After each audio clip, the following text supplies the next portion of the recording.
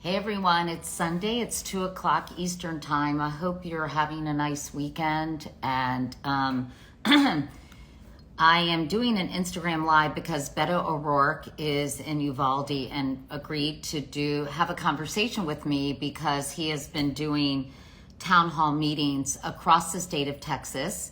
And we want to talk to him about.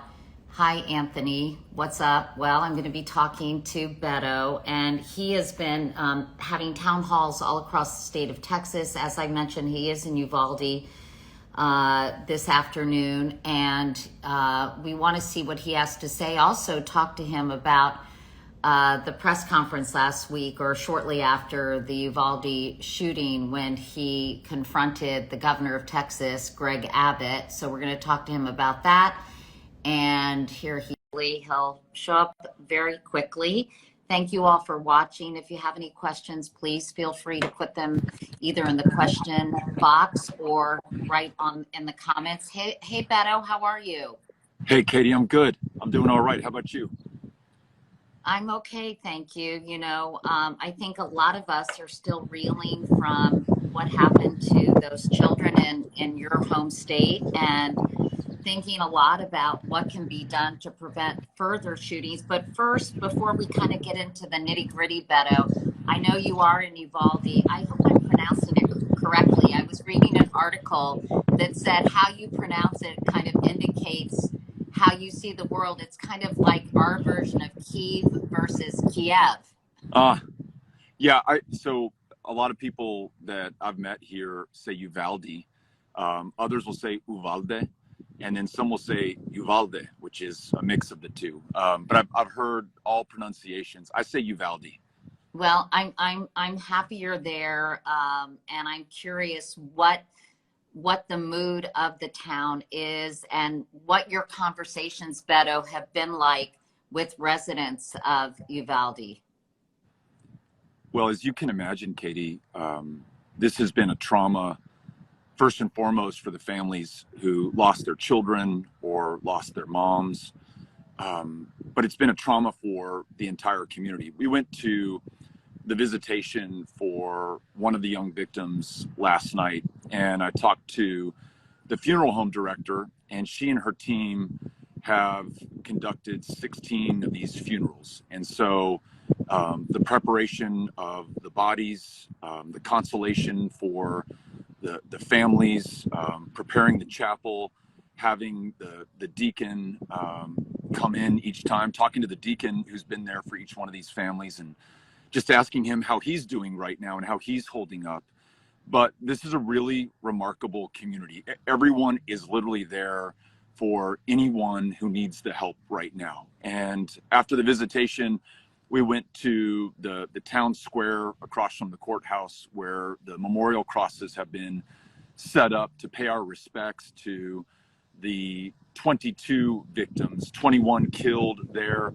And of course, Joe Garcia, husband of one of the teachers who died of a heart attack shortly thereafter. There's a cross set up for him. And Katie, the flowers are piled, 3-4 feet high in some instances. People from all over this community, but also people from all over the state of Texas. As we were there paying our respects, there were folks from Austin, folks from Dilley, folks from Parasol, folks from all over who just want to be there and want to be helpful right now. And I'm also really grateful for everyone who's contributed to the community's GoFundMe account, where you can give directly to the community and they can distribute as they see necessary. You can also contribute to a fund that is then dispersed directly to the families.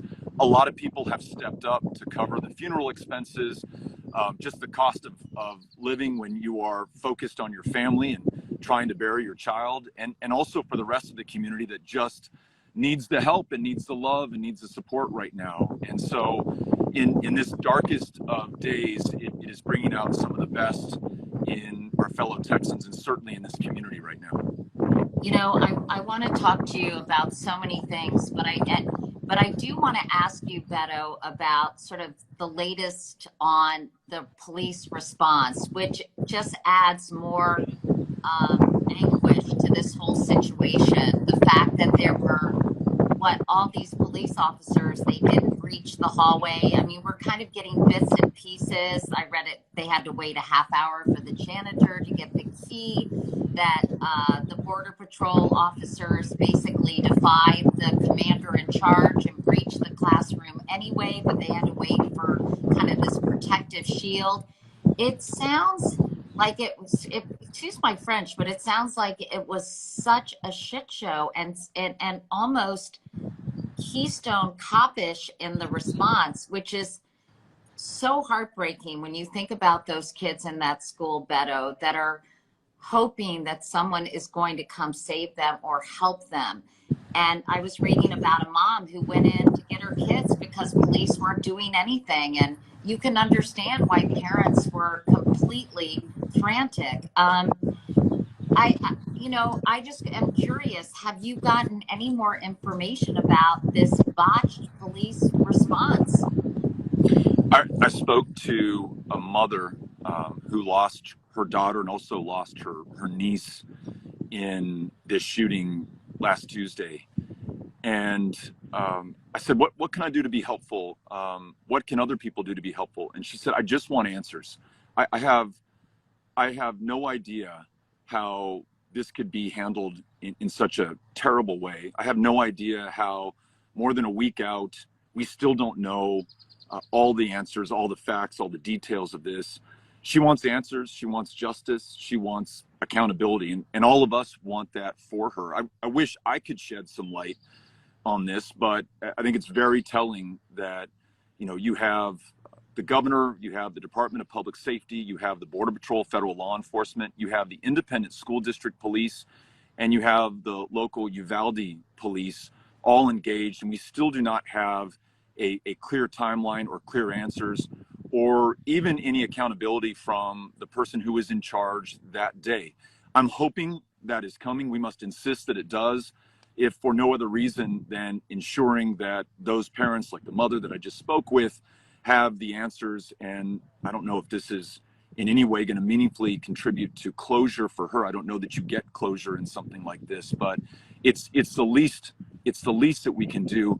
But Katie, I also think that we've got to ask ourselves a larger question, in addition to why did it take law enforcement so long to enter and to confront this shooter?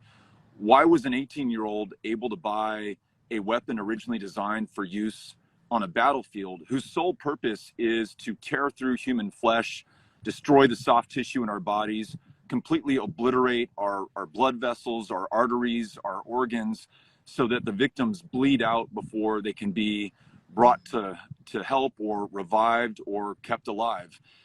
That to me is the question. And he bought two of these, and he bought a number of rounds, all the ammunition rounds, you'd need for a rounds. firefight. And it is, I mean, it's an important aspect of the story, but I think if anything, and it's weird how many gun related references are part of our language, but I was going to say it blows a hole in the idea of the good guy with a gun or fortifying schools as the answer to this problem. And in a way, it is somewhat of a distraction. So let's get back to what you were talking about, Beto. Are people in the town, I'm sure maybe it's just too new, but I know you've been traveling all over the state of Texas.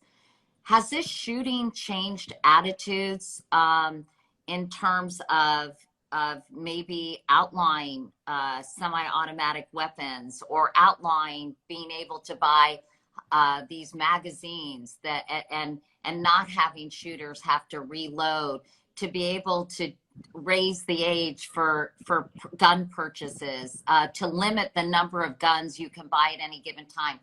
People watching this, I have very well-informed people. They know there are a lot of solutions, but do the people of Texas seem to be better disposed? Which, by the way, we've done a lot of research, my team and I, and in Texas polls, 9 times since 2015, the majority of Texans, Beto, have supported more stringent gun laws. So I guess I'm asking a twofold question. Have attitudes changed, and have those views become stronger? And if so, why is there such a disconnect between the people of Texas and the people who are running the state? Well, I think you hit the nail on the head right there. Yes, the people of Texas are not just ready for change when it comes to our gun laws to ensure that we continue to protect the Second Amendment, but do a far better job of protecting the lives of the people in our communities and in our families. But the people in power, the people in positions of public trust who could actually do something about it, literally have focused on the doors at schools, on bulletproof shields for people first responding to these mass shootings. They've talked about mental health, and all of those things are worth looking at and certainly improving, especially in the case of mental health. Texas ranks 50th in the nation to access to a mental health care provider. In fact, our largest provider of mental health care services in this state that has a $2 trillion GDP is the county jail system. Largest inpatient mental health care facility is the Harris County Jail. But what those people in leadership positions are not talking about are those things that you just said most Texans, Republicans, Democrats, independents, gun owners and non-gun owners alike can agree on, like a universal background check. You may have to go through one if you're purchasing from a federally licensed gun dealer, but you can go buy from a private seller in this state with no background check whatsoever. And that's exactly what someone did in Midland, Odessa in 2019 when he was denied a gun from a federally licensed dealer, bought one privately, killed 7 people. Gun shows, also online. That's right. When you hear about universal background checks, we're really talking about closing the loopholes that currently exist. And that, I think, even 74% of NRA members support that. And I guess the question is, can you enlist the support and the help of, I think we should praise responsible gun owners who keep their guns, who believe in safe storage, who believe in getting a permit and a license and training. I think, how can we get sensible gun owners to be a part of this instead of necessarily alienating everyone who believes in their right to bear arms? We are part of this. Amy and I, my wife and I, have taught our kids how to shoot, but we've also taught them the responsibility and accountability that comes with gun ownership. And I think that's very reflective of most of us here in the state of Texas. And to your question earlier of whether we're going to be able to find that common ground, the mayor here in Uvalde, who probably doesn't agree with me on a whole bunch, has publicly said he's for closing all those loopholes you just mentioned and having universal background checks. And he's as Republican and red, as conservative as they come. But even on this issue, we can find common ground. In Hondo, which is the next town over from Uvalde, I was there last week and I was on my morning run, and this guy stopped me. He was watering his lawn and he recognized me. He said, "I just saw you on the news." And I looked over at him and he had a hat on with the Confederate battle flag. And I thought, he and I probably aren't going to see eye to eye on a whole bunch. I wonder if he's called me over to chew me out. And he said, "You know what? I've got a kid. He's a junior in high school here in Hondo. I worry about him. I'm heartbroken about what happened in Uvalde, which is just the next town over." He said, "I've got 6 or 7 guns in my house right now. And I have some of those guns that you've been talking about, Beto, the AR-15, the AK-47. He said, I don't know if I need those. I know that we can do something better than what we're doing right now." So there's a real openness right now on the part of people who might not otherwise agree on most things to do something right at this moment. And I sure wish that we had done something right after the Santa Fe High School shooting in 2018, after the El Paso shooting in 2019, after Midland, Odessa.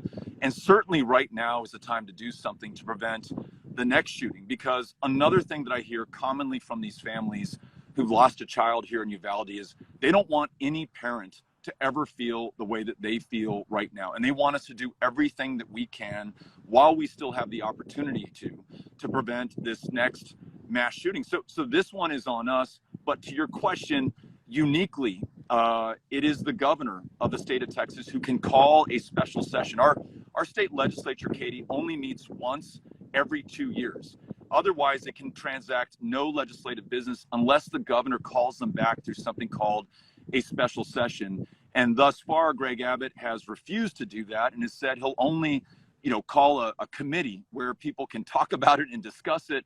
but cannot act. And it's worth noting that last year he called special sessions to pursue transgender kids. He called special sessions to talk about critical race theory. He called special sessions to make it harder to vote in our elections, but he will not call a special session right now to save the lives of our kids. Well, let's talk about when you interrupted and confronted Greg Abbott at that press conference shortly. Was it the day after, Beto, the shooting? It was. And you said you had intended to go and just listen. And I'm curious, what was the moment that made you decide to stand up, interrupt that press conference, and confront the people who were on the stage? The moment he finished his comments and he was about to turn it over to, in fact, he was in the process of turning it over to the Lieutenant Governor, Dan Patrick. And I had waited patiently to hear him say anything, just one thing about what he or we as a state could do to prevent these. But instead, he said this is totally unpredictable. Turns out gave us completely wrong information about the response to the shooting. And it reminded me, Katie, of what he said after the El Paso shooting, when 23 of my neighbors were shot and killed on a Saturday before school started that August. And, you know, thoughts and prayers, and we're going to convene a committee and we're going to talk about things, but would not address, literally would not mention the fact that somebody had an AR-15 at the age of 18 years old, and that weapon was designed to kill human beings, and it was used to shoot little kids in the face and to absolutely kill them and kill their teachers and forever traumatize the other students and staff who were in that school, the rest of this community, and frankly, the rest of Texas, because we've had 4 of the worst mass shootings in U.S. history just in the last 5 years, right in the state. And every single time there's a press conference, and every single time nothing happens. And so someone has to stand up at some point. Someone's got to fight for our kids. Amy and I have 3 kids in the public schools in El Paso, 1 in high school, 1 in middle school, 1 in elementary school. And we just went to our middle school and elementary school completion ceremonies where the principal says, do not call this a graduation, Beto. This is a completion ceremony. And I was thinking about them when I was listening to a guy yesterday in San Antonio who said, my daughter just walked across the stage for her high school graduation. And this guy says to me, Beto, I felt guilty because the only thing going through my head was, thank God I got her through. And he said, I don't want to be thinking that I'm the lucky one whose daughter was not shot in her school. But I told this guy, you know what, buddy, that thought was not far from my mind when I was watching my daughter Molly in middle school and my son Henry in elementary school cross their stages as well. You know, why should we feel lucky? And why should our kids, and I don't know if you've heard this from other parents or other children, why should our kids not in the least bit be surprised when something like this happens? They also are heartbroken. They're torn up about this, but they kind of expect this. This is the rule, not the exception in our lives right now. So we've got to disrupt this. We've got to stand up and we've got to fight for them, or this will be our future, our fortune, and their fate.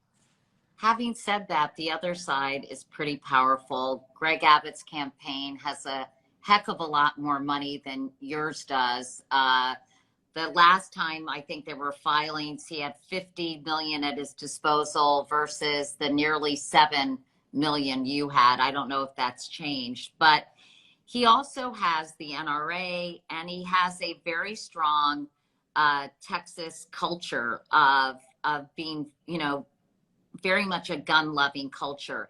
And in fact, they have relentlessly focused on what you said, Beto, in 2019 during debate when you said, hell yes, we're going to take your AR-15, your AK-47. We're not going to allow it to be used against our fellow Americans anymore.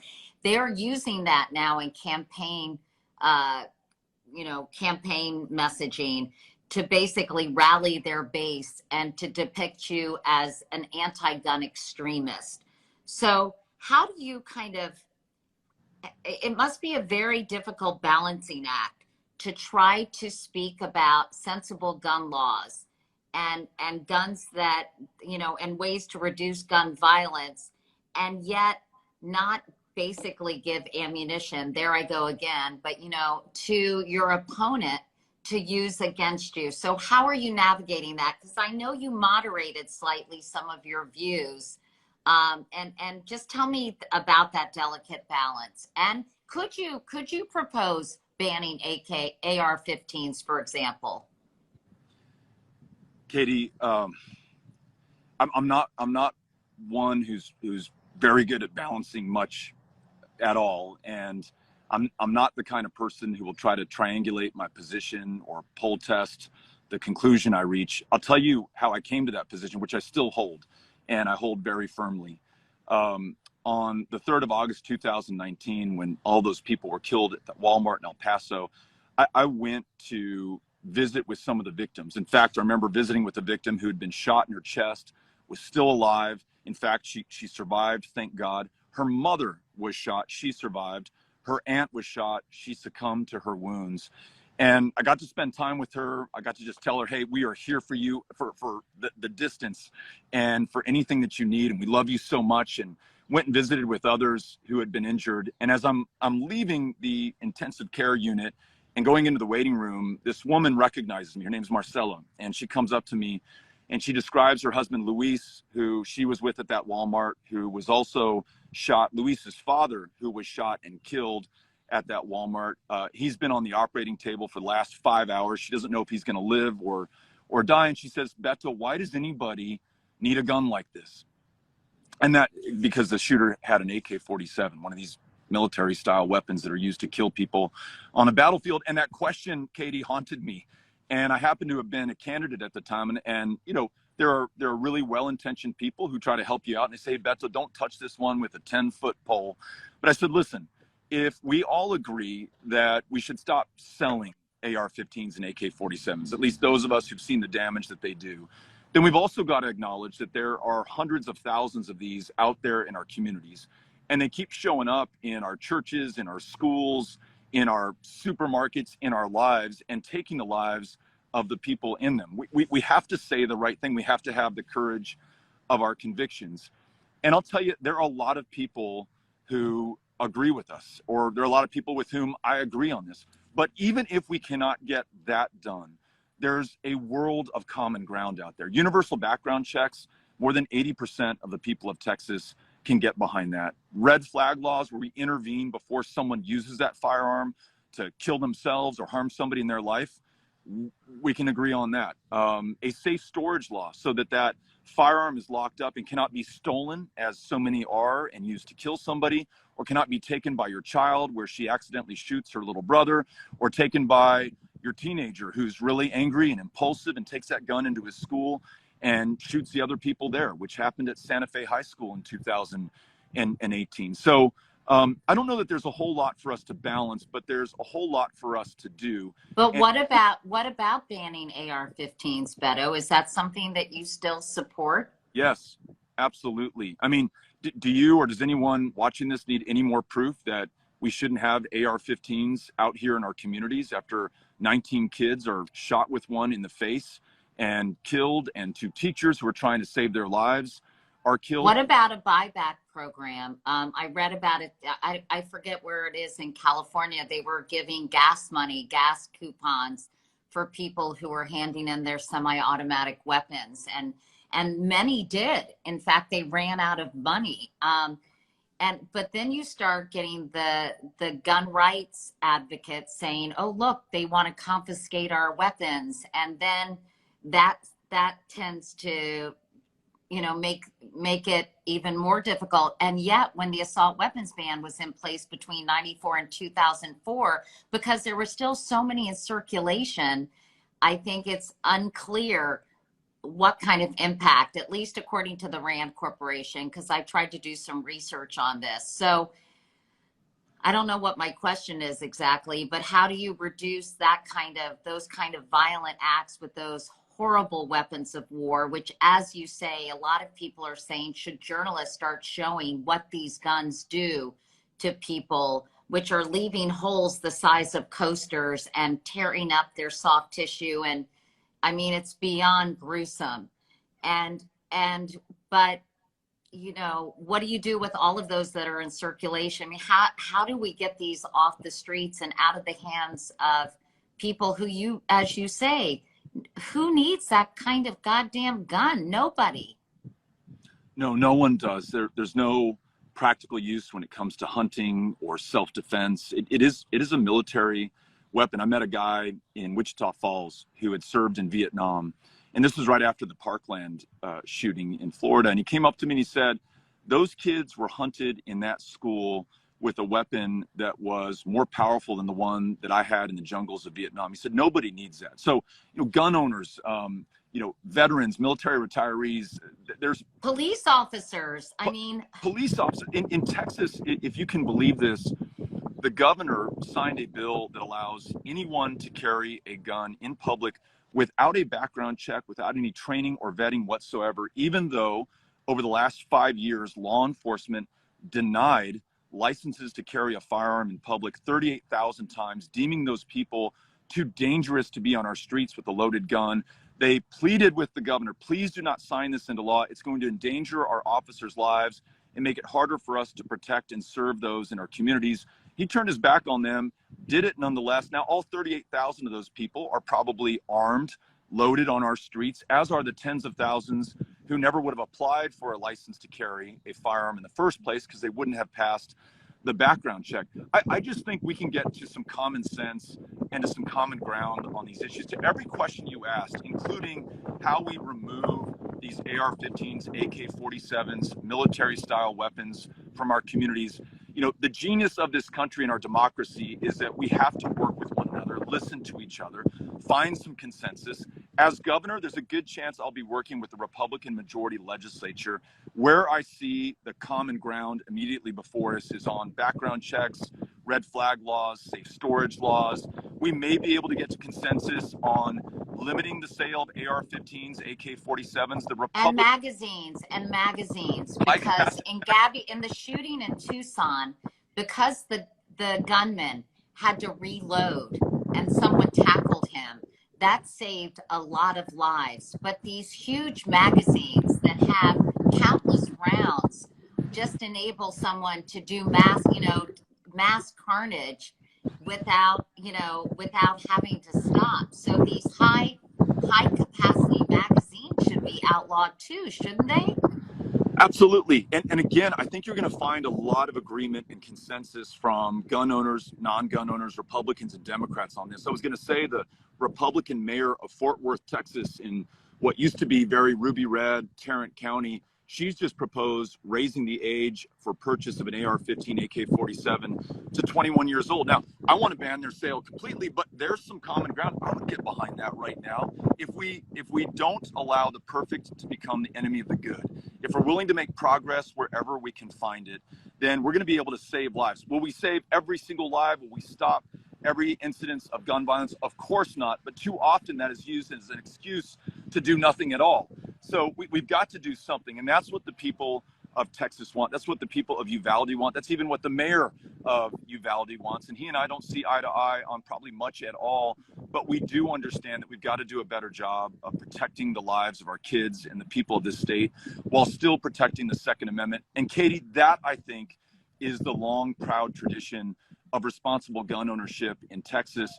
This stuff that you have going on now under Greg Abbott, the permitless carry, the fealty to the NRA, welcoming them to have their convention 4 days after the Uvalde massacre in Houston, Texas, where the governor delivered a video message to the attendees.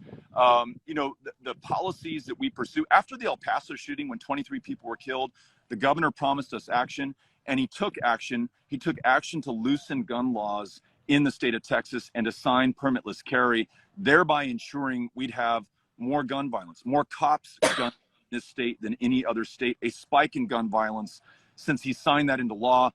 We've got to get this state back to the tradition that I grew up with. I'm a fourth generation Texan that so many of us grew up with. And that's where we find common ground to do common sense things. And those ideas, limiting magazine capacity, universal background checks, red flag laws, safe storage laws, most of us can get behind that here in Texas. Hey, Beto, before we go, because I know you have something at 2:30, thanks for spending so much time with me. If people say it is a mental health issue, which is refuted by a lot of experts because other countries have, the same percentage of mental health and much, much less gun violence. But let's just posture that mental health is the contributing factor. Why wouldn't you have gun purchasers undergo a psychiatric evaluation? I read that in Japan, to purchase a gun, you have to do that. I haven't confirmed that. That was in the comment section of an article I read today. But what about doing, if would that be something, or is that a really dumb idea? Here's where I would start. I mentioned earlier that we're 50th in the country in mental health care access.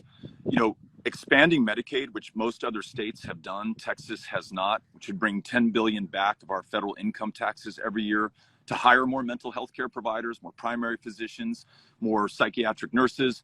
That would go a long way towards helping a lot of people who really need it. I really hesitate to link mental illness to gun violence in this state, because as we both know, Yeah. though we are talking about Uvalde right now, as we should, that's where I am today.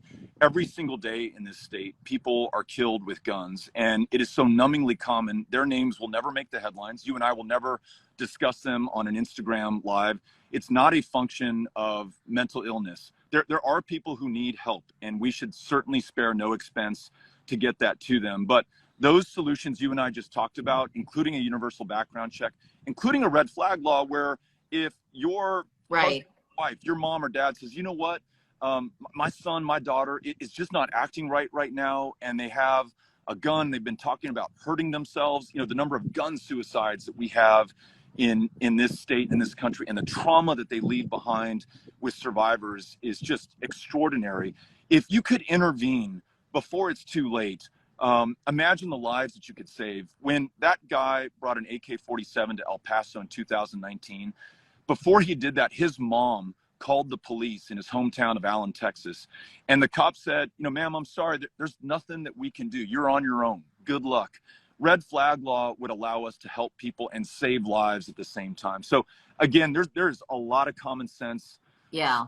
There that we can do. We just have to decide that we want to do something. And I know that I do. I know the majority of people in this state do. You know, somebody said your chances of winning are bleak. Do you have any internal polling, Beto, that says sort of what your chances are in terms of your race against Governor Greg Abbott? I mean, I invite you and whoever was just commenting to come down to Texas and see and listen to and ask the people here what they think. People want leadership. They want someone who's going to stand up and fight for our kids and our communities. And the fact that Governor Abbott actually continues to decline in the polls, that he's spending millions of dollars out of that war chest that you described earlier on TV ads. The fact that we were in San Antonio yesterday and it was 101 degrees and 800 people came out in the middle of the afternoon to be with us to talk about these solutions to the gun violence that we see in our lives. The fact that more than 75,000 people have gone to betofortexas.com to sign up and volunteer to knock on doors. And they're out there in that same heat, Katie, right now, talking to the voters who've been so often overlooked or taken for granted and bringing them into an election in the most voter suppressed state in the union. I feel really good about our chances, and not because of me and not because of my political party, but because of the people of Texas who are getting after it right now at this defining moment of truth. I feel good. Well, Beto, your team is not going to be happy with me if I keep you any longer. And you have such important work to do there in Uvalde, where we have been thinking about those people. And I know a lot of my followers have been contributing to some of those funds. I'm going to make a contribution right now. I hope it gets dispersed among all the families, because I think that can create problems when one family gets more than another. So this is dispersed among the families, right? That's right. And so the way Amy and I did it, there's a choice. You can distribute directly to the families, or you can distribute to the community. We made a donation to each because while, of course, our hearts and our very presence, I'm about to go attend a funeral right now, are with those who've lost a loved one. I just talked to a dad whose daughter survived the shooting, but obviously is extraordinarily traumatized. He hasn't been able to go to work for 2 weeks because he, as he should be, is at home with his daughter. His employer is not paying him. He's going to have a hard time making ends meet. So I think it's important for all of us to both support the community of Uvalde and the individual families who And the lost a best loved way one. to do that, Beto, will you ask your team to text me and I'll put it on this Instagram live? Absolutely. There's a viewer who is my buddy Cynthia Cano, who's right here next to me, who's been posting on this stream the GoFundMe link. So if folks want to go back and look at that, and otherwise we'll send the link to Katie and she can post it as well. But for everyone watching, you can give both to the community and to the families, and that's what Amy and I have elected to do. We just want to make sure we're helping as many people as we can. And thank you Okay. so much for asking this and for directing your supporters and followers to help out Uvalde. We are, those of us in Texas, and I know this community here, are so grateful for it. All right, Beto. Thanks so much. Thank your entire team, and I hope we'll be able to talk soon. Thank you. Bye-bye. Okay, take care. Bye. Bye, everyone.